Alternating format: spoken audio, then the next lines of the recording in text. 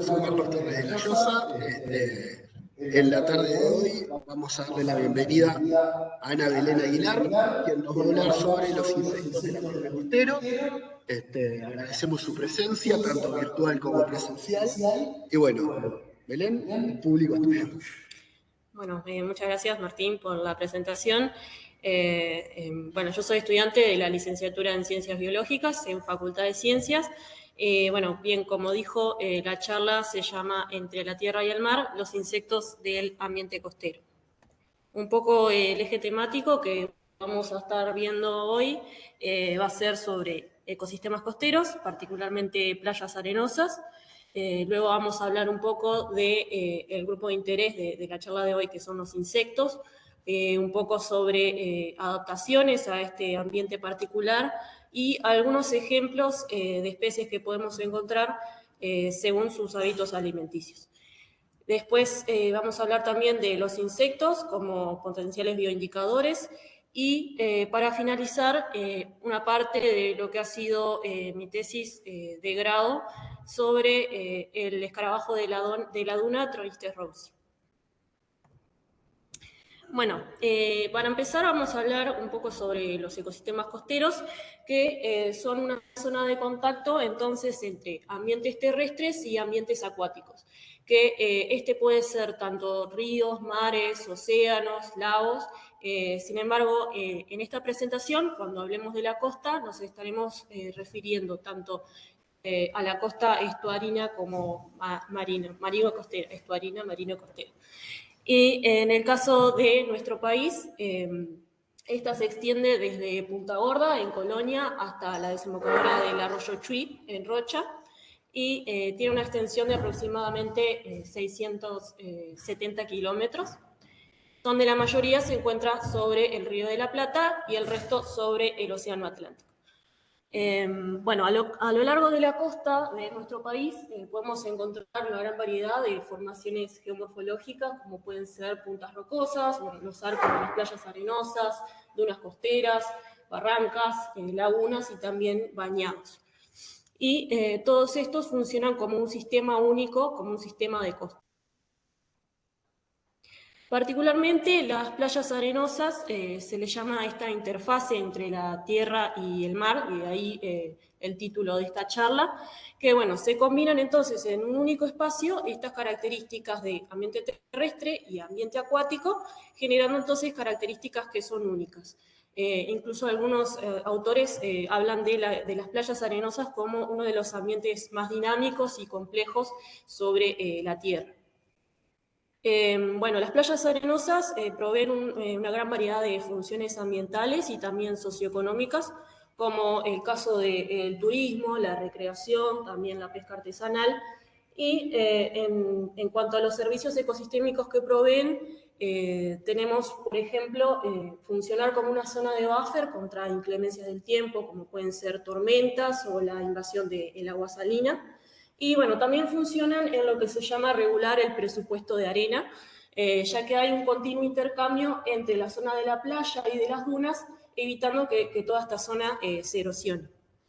Por otro lado, también sustentan una gran variedad de flora y de fauna, principalmente por la gran variedad de nichos que están allí presentes, y con eso nos referimos a pequeñas porciones del hábitat que tienen distintas características, tanto bióticas como abióticas, desde zonas de arena totalmente desnuda a zonas con zonas de pastizales, de matorrales, y más atrás de las dunas el bosque samófilo.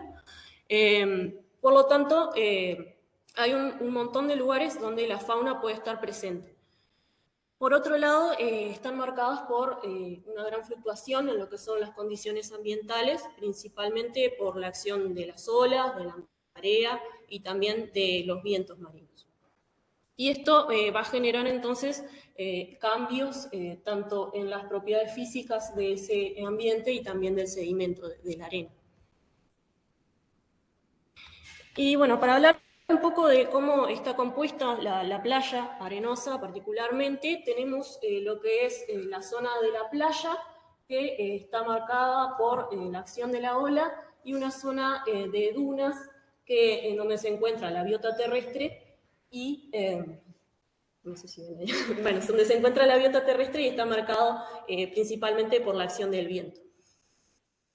Y bueno, esta zona funciona como una única unidad y como les decía anteriormente, está en continuo intercambio tanto de arena, pero también de material orgánico, vivo, no vivo, entonces está en continuo cambio. Las playas también se pueden clasificar de acuerdo, por ejemplo, al efecto de la marea, también el tipo de ola y del sedimento, en playas reflectivas, por ejemplo, y disipativas. Las playas reflectivas se caracterizan principalmente por tener olas de bajo porte y son de pendiente bastante inclinada y de arena gruesa, lo que va a generar que tengan un alto drenaje del agua. Y por otro lado, la ola rompe directamente en la cara de la playa, generando un continuo lavado o una zona de swash, se le llama. Y después tenemos en el otro extremo las playas disipativas, que son de pendiente baja, las olas generalmente son altas, entre 2 y 3 metros, y tienen una zona de disipación de la energía de la ola que se llama una zona de derrame, entonces va perdiendo energía hasta que llega a la playa. Y en cuanto al sedimento, es más bien fino. Y si bien existen entonces estas categorías, no hay un límite concreto entre tipos de playas, sino que hay un gradiente. Una misma playa puede moverse de un estado morfodinámico a otro, no de un extremo a otro, pero sí ir moviéndose. Bueno, por todas estas razones, estos ambientes costeros son sumamente cambiantes y los organismos tienen que presentar ciertas adaptaciones, tanto comportamentales, que les permitan entonces estar presentes en estos lugares. Por ejemplo, cuando hablamos entonces de comportamiento animal, de forma sencilla se basa desde la percepción de una determinada señal hasta la ejecución de un comportamiento que puede ser tanto innato, y a esto nos referimos a un comportamiento que lo realizan sin necesidad de una experiencia previa, como por ejemplo los movimientos a lo largo de distintos gradientes de humedad, por ejemplo, desde una zona de menor humedad a mayor humedad, entre otras variables, y los comportamientos adaptativos, que van a ser los que nos van a interesar ahora, que son en función del ambiente en el cual se encuentran. Bueno, y ahora para hablar un poco de los insectos, se trata de el grupo animal que es más diverso en la Tierra, dentro de los animales. Se habla de aproximadamente las 3/4 partes de la fauna en nuestro planeta. Y parte del éxito que han tenido a lo largo de la evolución se da por distintos factores, como por ejemplo su pequeño tamaño, que les permite entonces ir ocupando estos diferentes nichos y aprovechar mejor los recursos. Por otro lado, también tienen una alta fecundidad, es decir, que pueden tener un alto número de descendencia y tener poblaciones también que son muy abundantes, lo que les da también una gran variabilidad genética. Por otro lado, la capacidad de volar, que les ha permitido dispersarse a distintos ambientes, la presencia de un tegumento o de un exoesqueleto externo que, además de brindarle protección, les funciona como una barrera contra la desecación.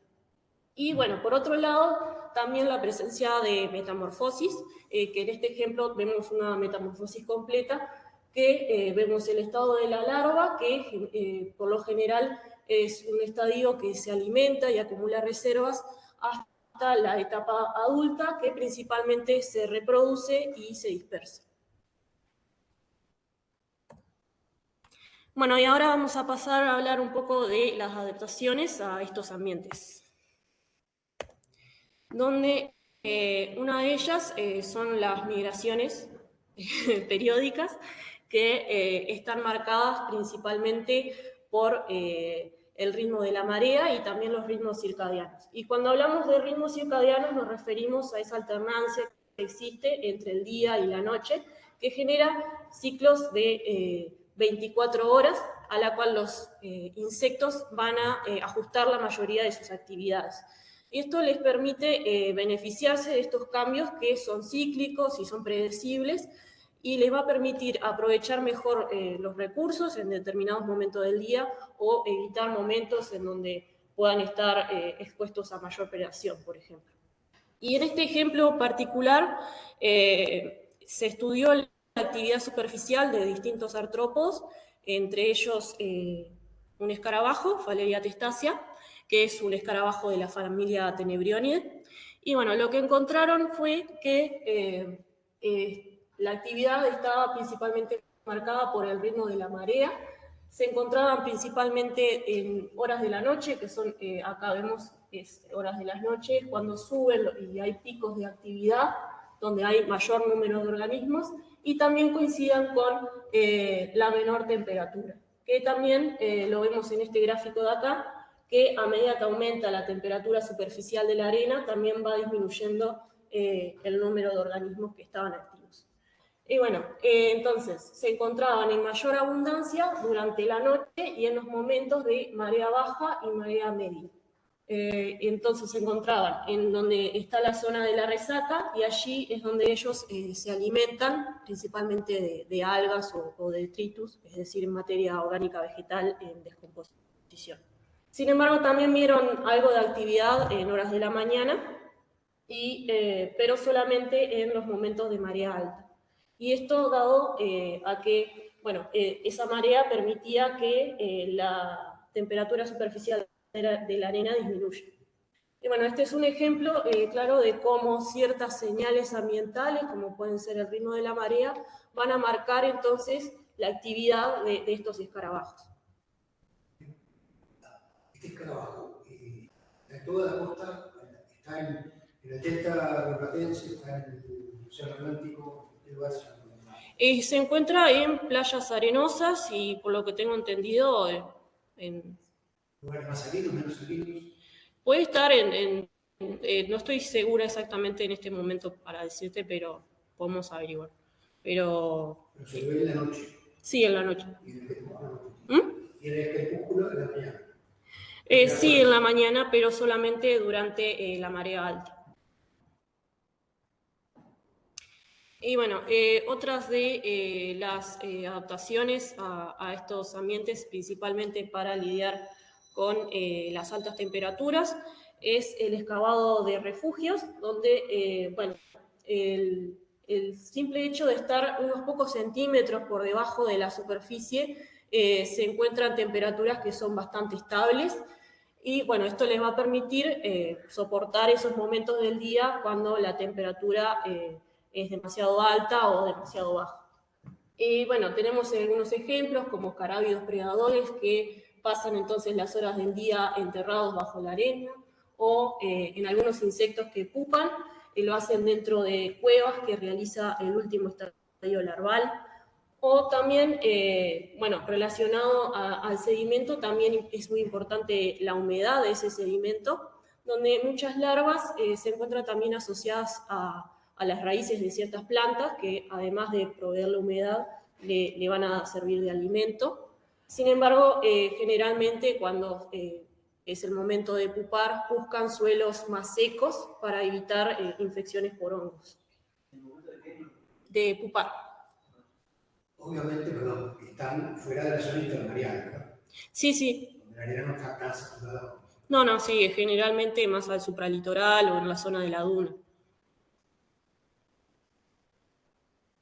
Bueno, y asociado entonces a la excavación de refugios, tenemos modificaciones corporales, como pueden ser en las patas delanteras de muchas ninfas de cigarra, o también de chinches cavadoras, que en este caso vemos que también el cuerpo se encuentra bastante aplanado, la cabeza también ancha, y bueno, las patas delanteras generalmente son aplanadas y presentan ciertos dientes que le van a servir a modo de pala para excavar. Y en este ejemplo de acá es un grillo topo, del orden Orthoptera, como lo son los grillos, los saltamontes, entre otros. Y bueno, este es el tipo de pata también que tiene la tibia ensanchada y con dientes. Estos animales realizan galerías que son bastante superficiales y bueno, van allí a lo largo de la galería y se van alimentando tanto de raíces como de otros pequeños invertebrados. Bueno, y también las respuestas que tienen a cambios en la temperatura también está íntimamente ligado con la pérdida de agua. Y en insectos y también en el resto de los artrópodos, la mayor pérdida de agua se da a través de la cutícula. Y bueno, la cutícula es esta serie de capas que son secretadas por una capa de células que es la epidermis, donde las capas más superiores están compuestas de ciertos lípidos y también pueden tener una capa más externa de cera que va a ayudar entonces contra la pérdida de agua.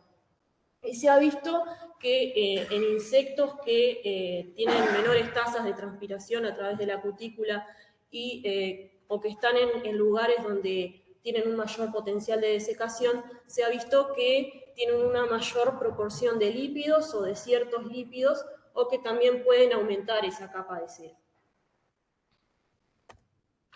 Otras estrategias para evitar la pérdida de agua es el cierre de espiráculos, que son estos que están aquí, estos como orificios en donde ocurre el intercambio gaseoso. Y otro tipo de estrategias es reducir las tasas metabólicas, que es decir, reducir el gasto energético, y también la reabsorción de agua en el recto, generando orinas que son bastante secas.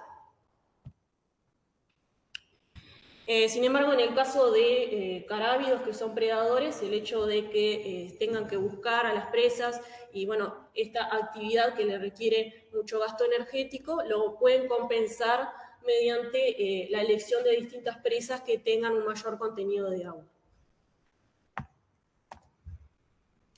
Bueno, y ahora vamos a pasar a hablar de algunos insectos que podemos encontrar a lo largo de la costa.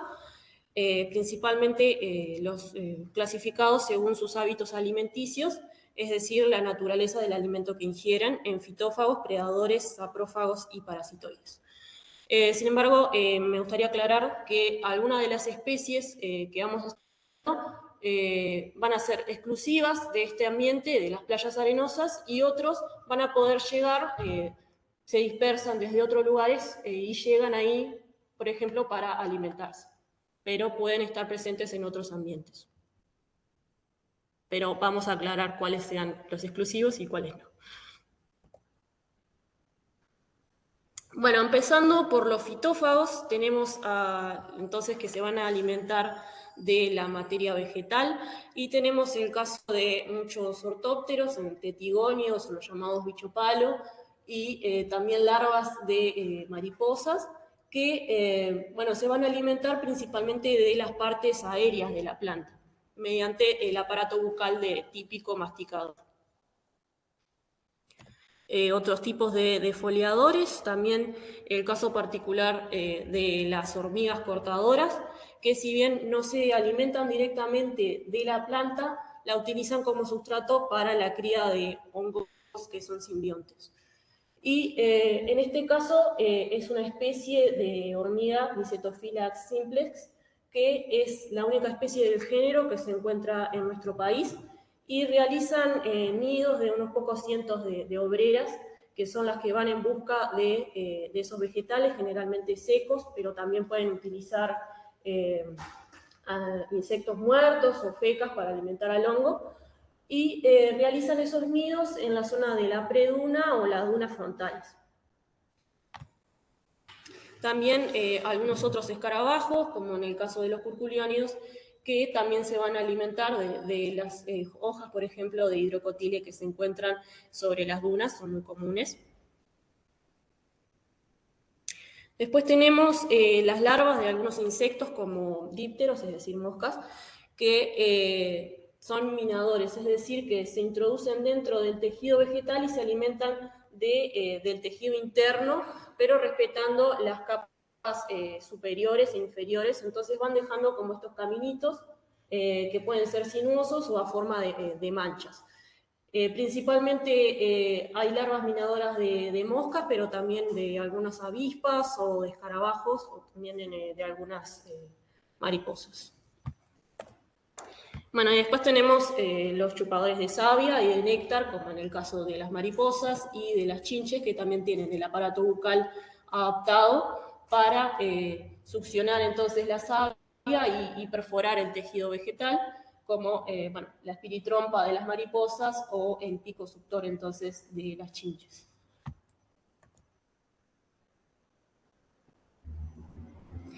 Después tenemos a los predadores, que van a ser aquellos que van en busca de sus presas, las atacan y las matan para luego alimentarse de ellas. Y ese es el caso de muchos escarabajos, como los carábidos. Escarites es muy común en suelos arenosos, pero bueno, no es exclusivo de playas arenosas, sino que de suelos arenosos. Y también las cicindelas, que son conocidas como escarabajos tigre, donde el adulto es un cazador activo, es decir, que va en busca de las presas. Son también de correr muy rápido y en forma de zigzag, mientras que la larva principalmente caza por emboscada. Realiza estas galerías y se mantiene con la cabeza en la entrada de la galería, esperando a que pase algún insecto o algún pequeño invertebrado, y bueno, cuando pasa, se lanzan sobre ellos y los agarran con las mandíbulas. Y estas dos especies son exclusivas de playas arenosas.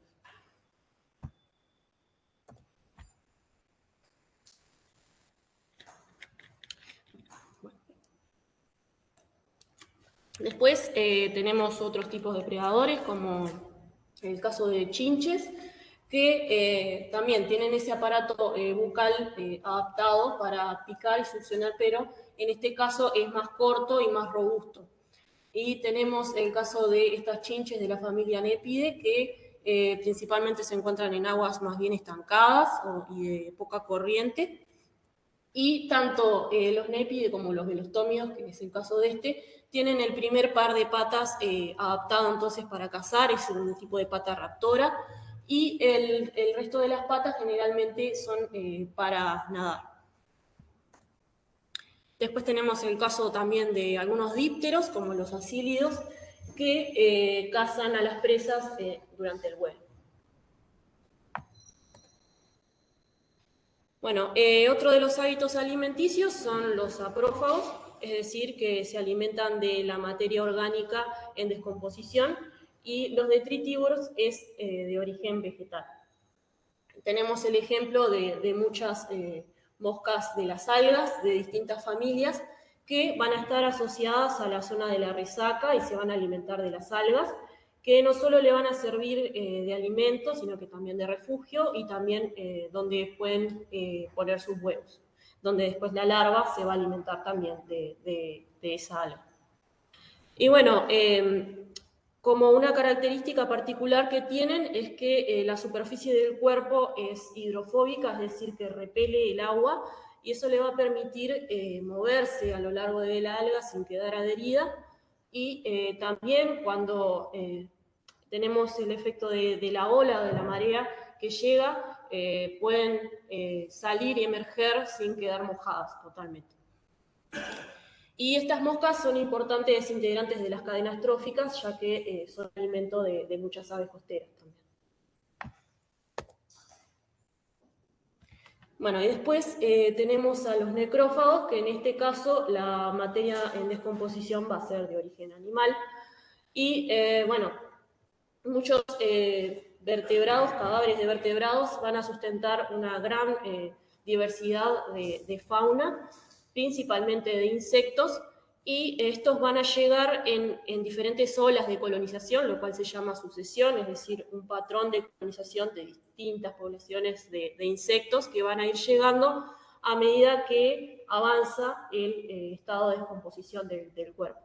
Y esta sucesión puede ir cambiando de acuerdo a distintos factores ambientales, como puede ser la temperatura, o también el tamaño del cuerpo, la estación del año, el tipo de sedimento, si se encuentra enterrado el cuerpo o si se encuentra en la superficie. Sin embargo, los que van a llegar primero, dentro de las pocas horas o pocos días, van a ser las moscas voladoras, como en el caso de los califorios o los múcidos, que son las moscas domésticas. Luego van a llegar también algunos acrofagios, que van a colocar los huevos y larvas sobre el cuerpo, que luego allí se van a alimentar y desarrollarse.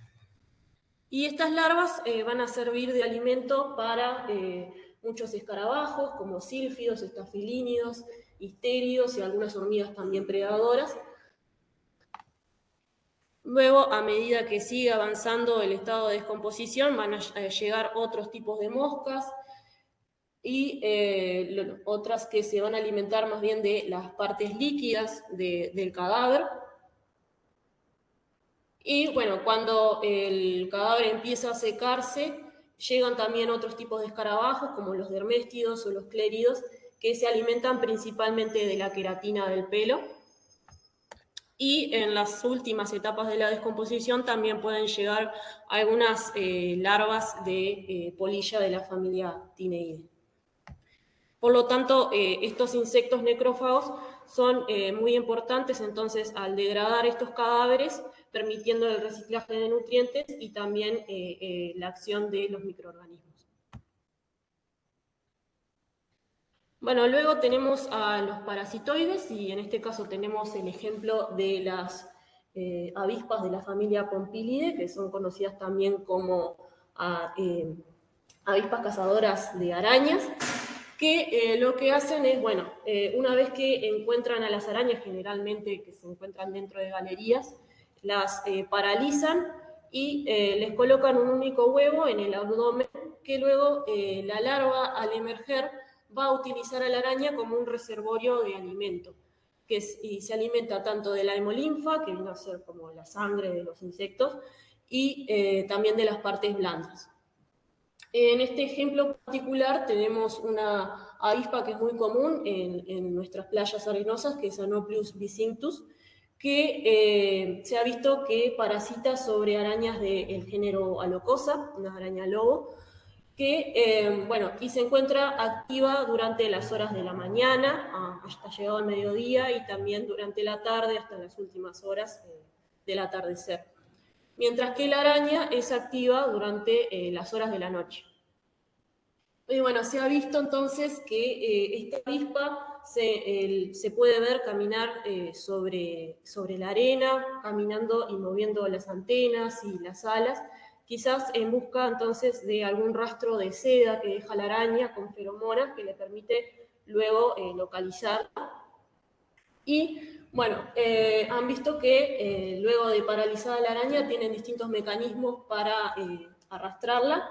Uno de ellos es el transporte hacia adelante, que es llevando a la araña debajo del cuerpo, sosteniéndola con las mandíbulas en la parte del pedicelo, que es esta separación que hay entre el cefalotórax y el abdomen de la araña, o también llevándola hacia atrás, principalmente agarrándola desde las patas. Sí, ya está paralizada cuando se la estalló. Y bueno, vieron que había una mayor frecuencia de parasitismo sobre arañas juveniles, que si bien generalmente las galerías que realizan los juveniles tienen dos entradas y podrían permitirle escapar de la avispa una vez que entra, se explica esta mayor frecuencia dado que generalmente son mucho más abundantes que los estados adultos. Y luego, en comparación entre los sexos adultos, la mayor frecuencia de parasitismo se daba sobre las hembras.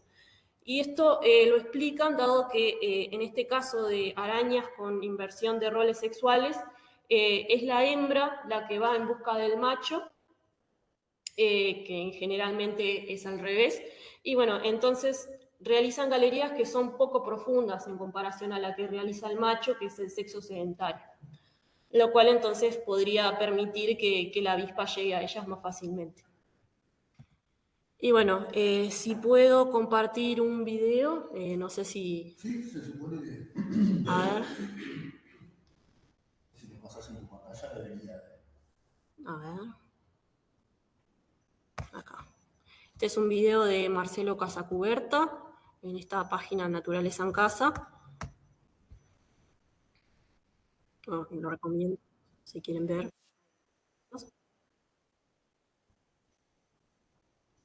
Bueno, ahí se ve la avispa cómo va caminando,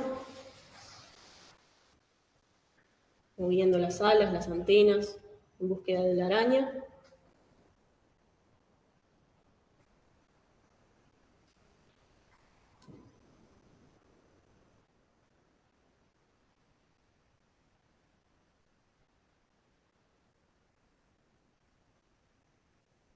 Ayudándose de las patas delanteras para cavar.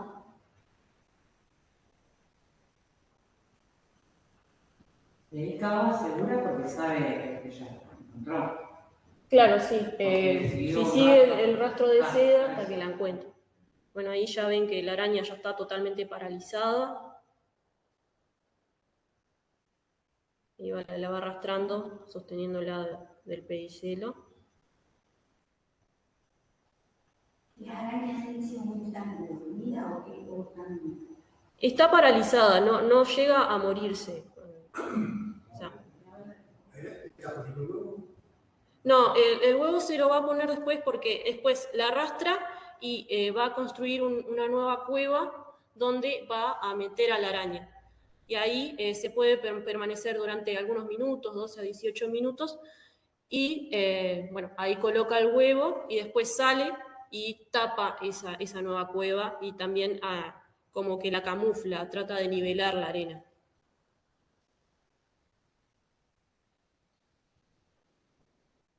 ¿Eso que está haciendo? ¿La está tapando? No, ahí la metió la araña. Ah, la estoy viendo. Sí.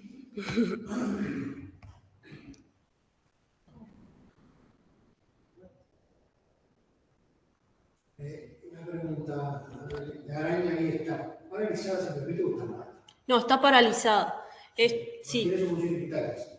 Claro, sí, está como viva pero paralizada. Y esto generalmente se da en insectos que tienen estadios larvarios que son más bien cortos y bueno, le permiten entonces ir alimentándose y bueno, como decía, le funciona como una reserva de alimento. No se llega a degradar esa araña, sino que bueno, está ahí como una fuente de alimento inagotable. Sí, sí. No recomiendo hacer la araña en este momento. Bueno, el siguiente tema son los insectos como bioindicadores. Bueno, las playas arenosas en el mundo se encuentran bajo numerosas presiones, principalmente por la acción humana, y estas presiones actúan tanto a escala local como pueden ser la presencia de vehículos o el pisoteo por parte de las personas, o también acciones de manejo, como puede ser el rellenado de las playas o también la propia limpieza de la playa, o también edificaciones que pueden estar tanto en la playa como en la zona de la duna. Y todo esto va a generar presiones que van a ser negativas tanto para la flora como para la fauna que está allí presente, donde los insectos han sido utilizados como bioindicadores dado su alta abundancia y presencia en numerosos ambientes y también que son susceptibles a estos cambios. Y bueno, acá tenemos algunos ejemplos de escarabajos que son indicadores de alteración por actividad humana. En todos estos estudios vieron entonces el efecto de la urbanización sobre la abundancia de estos escarabajos, es decir, el número de individuos, en playas con distinto grado de urbanización y también en distintas, por ejemplo, en temporada baja, temporada alta, y utilizando variables como la densidad de personas que se encuentran en la playa, la presencia de vehículos o también de residuos sobre la arena, entre otros. Bueno, lo que vieron es que en todos los casos la abundancia de estos escarabajos disminuía a medida que aumentaba ese nivel de urbanización que había en las playas. Incluso en algunos casos, como en el de Cylindra nivea, en playas que eran las que tenían mayor actividad humana, simplemente no se encontraban, incluso en temporada baja. En el estudio de Phaleria maculatus utilizaron también la contaminación por lumínica, y vieron también que además del efecto de la urbanización, a medida que aumentaba la contaminación lumínica, también disminuía la presencia de este escarabajo. Y bueno, en este caso, como veíamos hoy, las señales de la luz y bueno, son necesarios para que estos cumplan con sus ciclos vitales y puedan entonces ir regulando su actividad. Estaría entonces perturbando esos ciclos del escarabajo. Y en el caso de Cylindera, bueno, el efecto tanto de los vehículos como del pisoteo podrían estar afectando principalmente a los estadios larvarios, que son como la etapa más susceptible, y también estarían afectando el hábito, bueno, su alimentación, ya que, como les decía, son más bien cazadores sedentarios, están esperando ahí a que pase algún insecto, y bueno, también le requiere también mucha más energía el tener que estar reconstruyendo esas galerías luego de ser pisoteadas.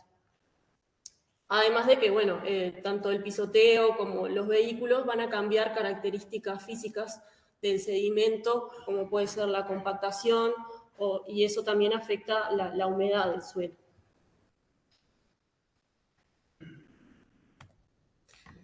Bien, después tenemos otras especies que son indicadoras de degradación de hábitat y también de contaminación por metales pesados. En este caso, en playas que estaban contaminadas por metales pesados, vieron que este escarabajo, al alimentarse de pequeños crustáceos que tienen estos metales en los tejidos, se van a ir acumulando en el organismo. Y, o sea, a medida que avanzamos en la red trófica, o sea, este escarabajo se va a comer un montón de estos crustáceos, va aumentando los niveles de metales pesados, y bueno, después puede venir quizás un ave que se alimenta de este escarabajo, y así sucesivamente, se van bioacumulando.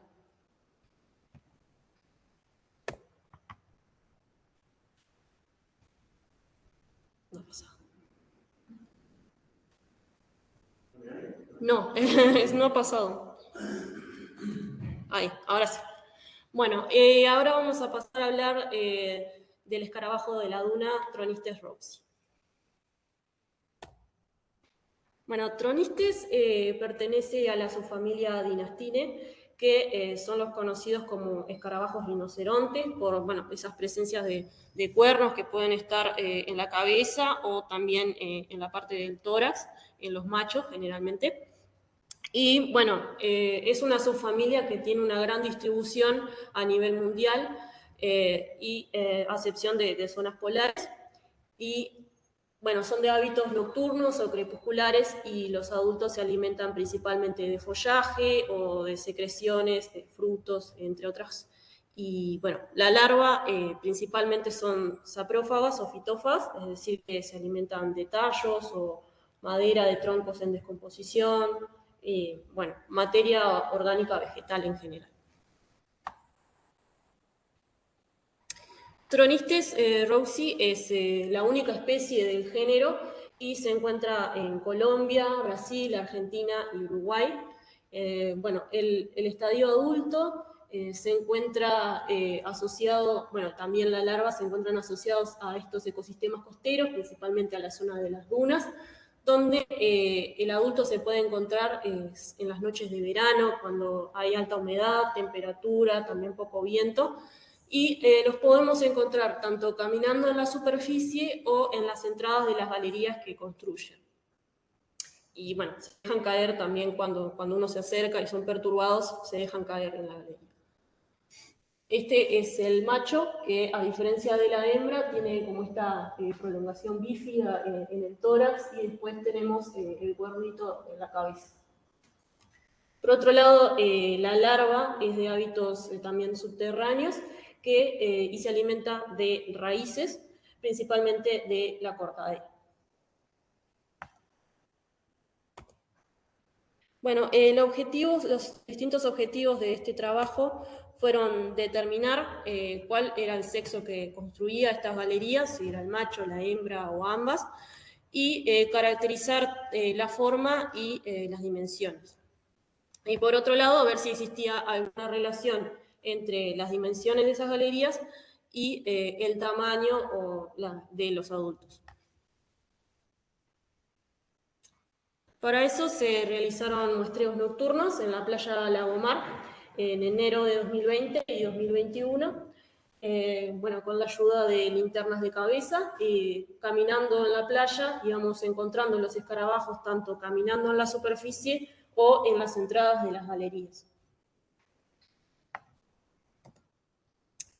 Se colectaron un total de 34 individuos, donde la gran mayoría eran machos, y bueno, estos eran sexados, obviamente, numerados, y también se tomaban medidas corporales. Luego, para ver las dimensiones de las galerías, se hicieron moldes con cera virgen de abeja. Acá tengo unas muestras, ¿no? Que una vez que se endurecen, son retirados y luego los llevamos al laboratorio y tomamos fotografías de ellos por triplicados para luego procesarlos en un programa que permite tomar medidas tanto del largo, de la profundidad como del ancho, que luego estas medidas eran promediadas. Por otro lado, para ver entonces el sexo que construía estas galerías, realizamos estas experiencias en terrarios de vidrio, que bueno, ahí colocábamos a los individuos separados con arena proveniente del sitio de muestreo como sustrato y tapados con barreras opacas. Con barreras opacas, simplemente era una bolsa negra. Sí. Bueno, y bueno, después chequeábamos periódicamente si habían construido alguna galería o no. Esta creo que va a demorar un poquito. Bueno, pasando a los resultados, pudimos ver la dimensión de las galerías de un total de 15, y estas fueron sumamente variables en cuanto al largo y a la profundidad. El largo variaba desde 60 hasta casi 2 metros, y la profundidad podía ir desde 20 a 80 centímetros, o sea, era muy variable. A excepción del ancho, que se mantenía bastante constante, de aproximadamente 2 centímetros. Y bueno, tienen una única entrada y son bastante sinuosas y dirigidas hacia abajo.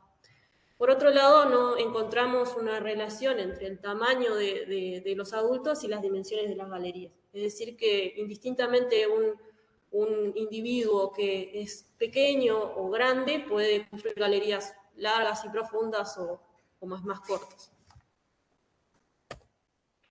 Por otro lado, solamente los machos fueron los que tuvieron este comportamiento constructor, tanto en el laboratorio, y lo cual también coincidía con lo que encontrábamos en el campo, que solamente veíamos machos en las entradas de las galerías.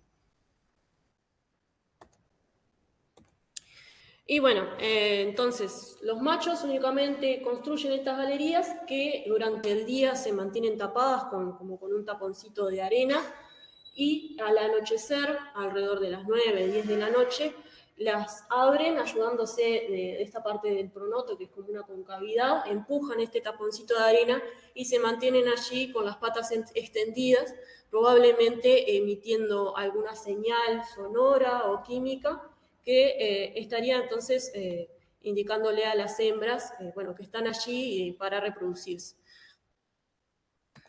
Y bueno, también esta galería podría servir como un posible sitio de oviposición para las hembras, y bueno, la profundidad entonces de estas galerías, como hablábamos hoy, les puede servir como buffer contra los cambios de temperatura, humedad que puedan existir en la superficie, y que puedan entonces desarrollarse los estadios larvarios. Por otro lado, bueno, es importante determinar cuáles son los factores que van a estar incidiendo en las dimensiones de las cuevas, si es que se encuentran en distintos momentos de la construcción de la galería o tiene que ver con el tipo de sedimento, es decir, si es un grano grueso, grano fino, o si se encuentran en distintas zonas de la duna, es decir, en distinta pendiente. Y bueno, esta especie podría ser utilizado como, dado esa íntima relación que tiene con esta zona costera y de las dunas, podría ser utilizado como un bioindicador de su estado de conservación. Cuéntame una pregunta al público. Sí. Acá preguntan si son solo los machos los que generan las galerías, dónde es que se encuentran las hembras, si se sabe dónde habitan.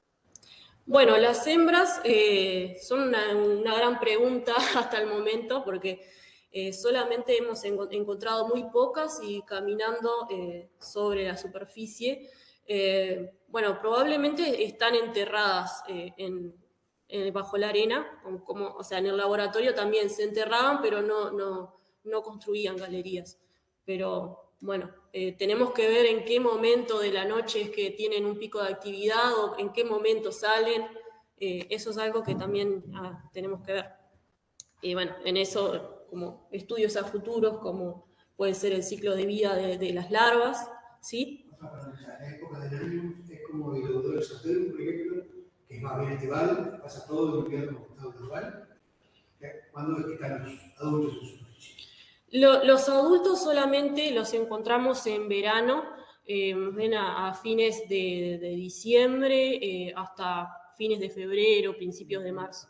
Y no sabemos exactamente cuánto es que dura el estadio larval, que para eso es que estamos, bueno, tanto para la descripción de los estadios inmaduros como de la pupa, hemos estado criando larvas en el laboratorio, porque, bueno, para saber que esa larva es de esta especie, tenemos que criarla y ver luego de qué pupa y emerja si pertenece a la misma especie. Capaz se me pasó de muchos años, como viví ahí, pero la función de la galería sería como para esperar a la hembra, ¿no? Para recibirla. Bueno, le sirve, también como refugio, pero podría servir como un lugar en donde ocurre la cópula. Eso se da también en otros artrópodos.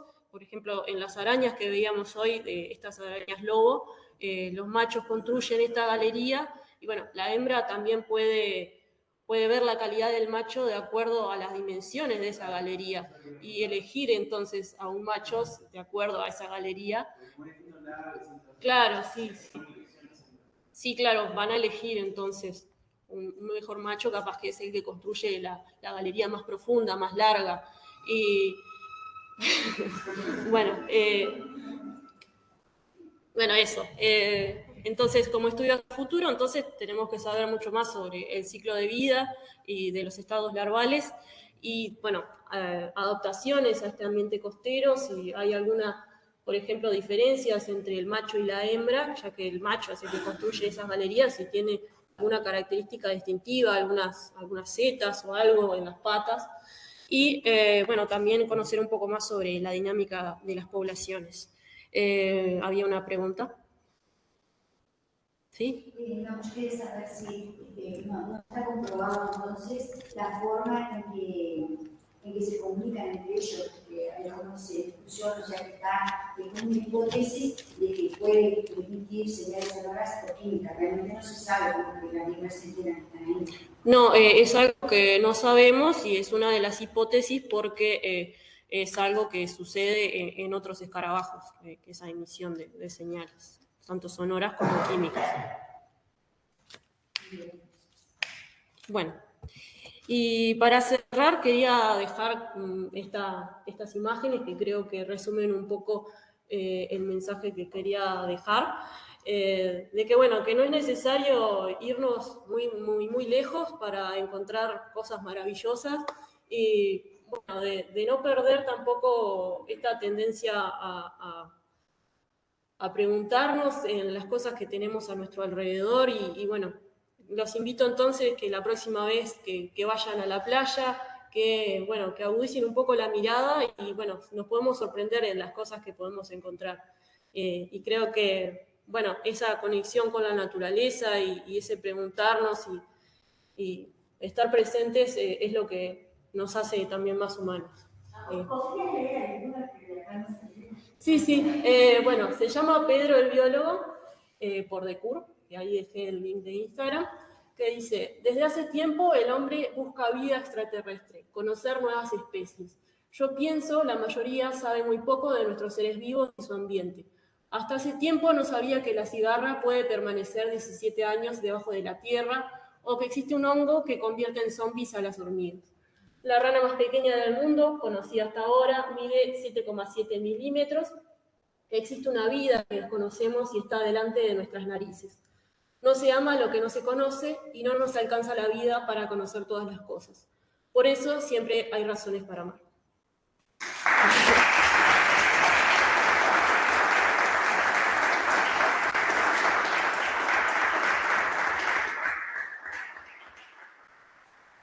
Bueno, quiero también agradecerlos a ustedes por la presencia, a la Sociedad Zoológica por invitarme, y bueno, a Martín por recibirme y al Museo de Historia Natural también por esta iniciativa de conversemos sobre nuestra fauna, para poner sobre la mesa también estos temas que quizás en el día a día pasan desapercibidos, pero que son tan importantes. Bueno, ahí está el mail de contacto si quieren hacer alguna pregunta o algo que se me haya escapado o que no haya sabido responder. Bueno, también buscaré la forma de responderlas y bueno, ahí está el contacto. Bueno, gracias.